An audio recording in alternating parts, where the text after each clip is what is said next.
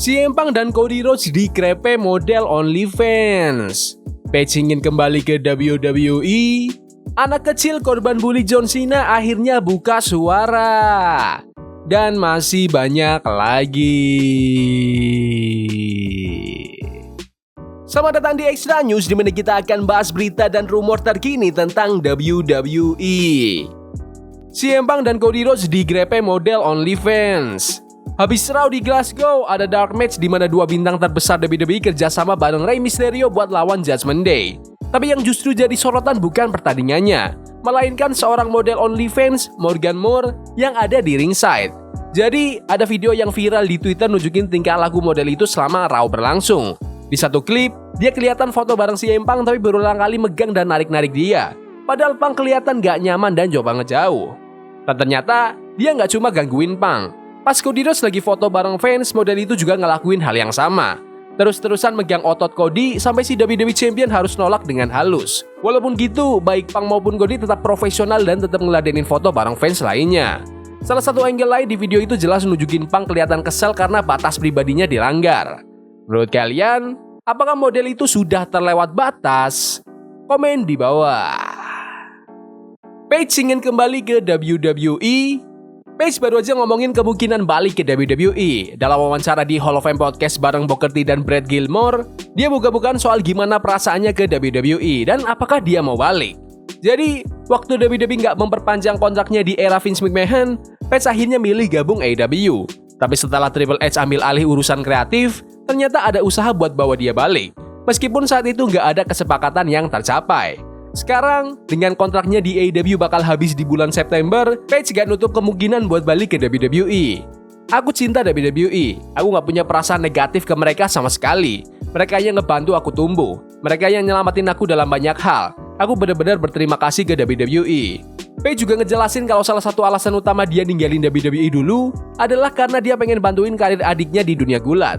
Tapi tetap aja, rasa cintanya ke WWE masih ada. Kalau ada sesuatu yang menarik yang mereka butuhin dari aku pasti bakal mau balik. Kayaknya bakal bodoh banget kalau nolak kesempatan buat sesuatu yang seru kan? Menurut kalian, apakah divisi wanita WWE butuh Page sekarang? Komen di bawah. Anak kecil korban bully John Cena akhirnya buka suara.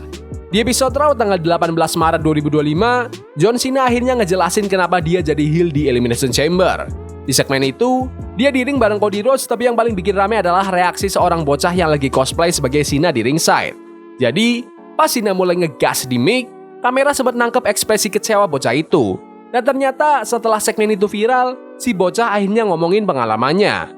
Dalam wawancara yang diterjemahin dari bahasa Prancis, dia bilang, "Awalnya aku terharu banget pas denger theme songnya Cena. Aku ada di front row, aku rekam semuanya. Terus tiba-tiba dia nunjuk ke aku. Awalnya aku bangga banget, mikir, wah, Cena ngeh ke aku. Tapi habis itu dia malah bilang kata-kata kasar. Aku langsung sadar kalau dia lagi ada di karakter, tapi tetap aja, buat aku, John Cena masih jadi pahlawanku." Fix, bocah ini bakal tumbuh jadi fans hardcore WWE. Menurut kalian, apakah anak-anak kecil sekarang akan tetap ngefans sama John Cena? Komen di bawah. WWE berusaha hapus sejarah Mandy Rose. Di NXT Worlds Collide tahun 2022, Mandy Rose yang saat itu NXT Women's Champion sukses ngalahin Meiko Satomura, NXT UK Women's Champion, dan Blair Davenport buat menyatukan kedua gelar. Dengan kemenangan itu, Mandy jadi wanita pertama dalam sejarah NXT yang pegang dua gelar sekaligus. Nah, bertahun-tahun kemudian di NXT Roadblock, Stephanie Vaquer yang waktu itu NXT Women's North American Champion ngalahin Julia buat jadi NXT Women's Champion. Sejak saat itu, WWE nyebut Vaquer sebagai wanita pertama dalam sejarah NXT yang pegang dua gelar. Di website resminya, WWE nulis, Vaquer mencetak sejarah lagi ketika mengalahkan Julia di Roadblock 2025, menjadi wanita pertama yang jadi double champion dengan dua gelar NXT. Nah loh, kok gitu? Fans langsung ngebongkar fakta kalau Mandy Rose sudah duluan jadi double champ di NXT. Dan Mandy sendiri ngegas di Twitter. Dia balas tweet fans yang ngebela dia dengan nulis, "Haha, iya sih, ini cukup menyedihkan. Tapi makasih udah ngasih pengakuan ya." WWE pecat Mandy Rose di bulan Desember 2022 dan sejak itu dia lebih banyak absen dari dunia gulat. Menurut kalian, apakah WWE berusaha hapus sejarah Mandy Rose? Komen di bawah. Logan Paul bikin video viral lagi. Logan Paul baru-baru ini bikin heboh lagi, kali ini dengan ngeparodiin video viral dari mantan pemain NFL yang sekarang jadi influencer kebugaran, Aston Hall.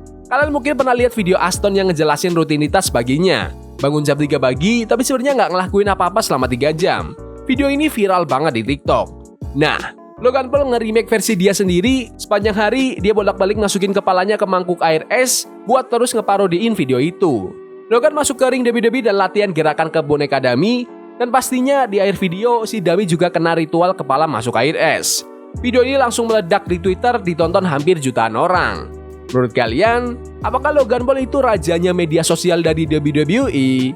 Komen di bawah. Reaksi Jey Uso ke kritikan kurang jago di ring. Di podcast Raw Recap, Jey Uso ditanya soal anggapan kalau storyline Bloodline sebenarnya tentang perjalanan dia buat naik ke puncak. Dia juga ngebahas soal kritik yang bilang dia kurang jago di ring. Coba deh tonton ulang seluruh storyline Bloodline dari awal, kata Jey. Kalian bakal ke bawah sama ceritanya, sama kayak yang lain. Dulu mereka pengen aku yang ngalahin Roman. Mereka dukung aku habis-habisan, gak ada tuh yang ngehujat saat itu. Jadi aku udah ngerti gimana mainin permainan ini. Jey juga bilang kalau storyline Bloodline ngebantu dia jadi lebih pede buat bersolo karir, lebih pede di mic, dan lebih pede di depan kamera. Tapi ya gitu, makin terkenal, makin banyak juga yang nyinyir. Mereka bilang aku cuma punya 3 gerakan. Kalau mau jujur, banyak pegulat yang lebih jago dari aku, punya 20 gerakan atau lebih. Tapi mereka nggak ada di posisiku. Ini permainan yang beda di atas ini. Tapi kalian semua udah ngelihat aku berkembang. Dari promo, dari pertandingan, itu semua aku 100% aku. Aku nggak pakai skrip. Kalau disuruh ngomong soal WrestleMania, aku bakal ngomong soal WrestleMania. Menurut kalian, apakah Jey Uso itu emang pantas di skena acara utama? Komen di bawah. CM Punk ingat kembali masa returnnya ke WWE. CM Punk bikin dunia gulat heboh pas dia balik ke WWE di Survivor Series 2023. Kita semua tahu, Punk cabut dari WWE di tahun 2014 dan selama bertahun-tahun dia banyak ngegas soal perusahaan ini. Tapi kayak kata Triple H, neraka aja sampai beku. Dan Punk akhirnya balik di malam yang gak bakal dilupain di Chicago. Di acara Stephanie's Places, CM Punk cerita soal comebacknya ke WWE. Yang aku dulu pernah punya hubungan yang gak baik sama Triple H. Tapi pas dia balik, respon fans bikin dia sadar kalau ini jauh lebih gede dari yang dia bayangin. Aku pikir ini bakal jadi momen besar, tapi ternyata lebih gila dari yang aku kira. Fans yang bikin ini jadi gede banget. Karena aku tuh udah kayak yang terakhir. Orang-orang bilang, yang gak bakal balik itu CM Punk. Dia gak bakal balik ke WWE. Tapi lihat sekarang, malam itu, di Chicago. Aku ngerasa aku ninggalin sebagian besar dari diriku di sana. Dan aku bakal terus nginget momen itu selamanya. Menurut kalian, apakah CM Punk itu punya fanbase terbesar di WWE? Komen di bawah. Ya udah gitu aja video berita hari ini. Jangan lupa like dan subscribe ke channel ini karena aku pengen 15.000 subscriber sebelum WrestleMania. Tolong bantu. Yes boy, see you. Love is a game we play incognito. Forbidden fire on Nico. Burning for love we can hold. I wish we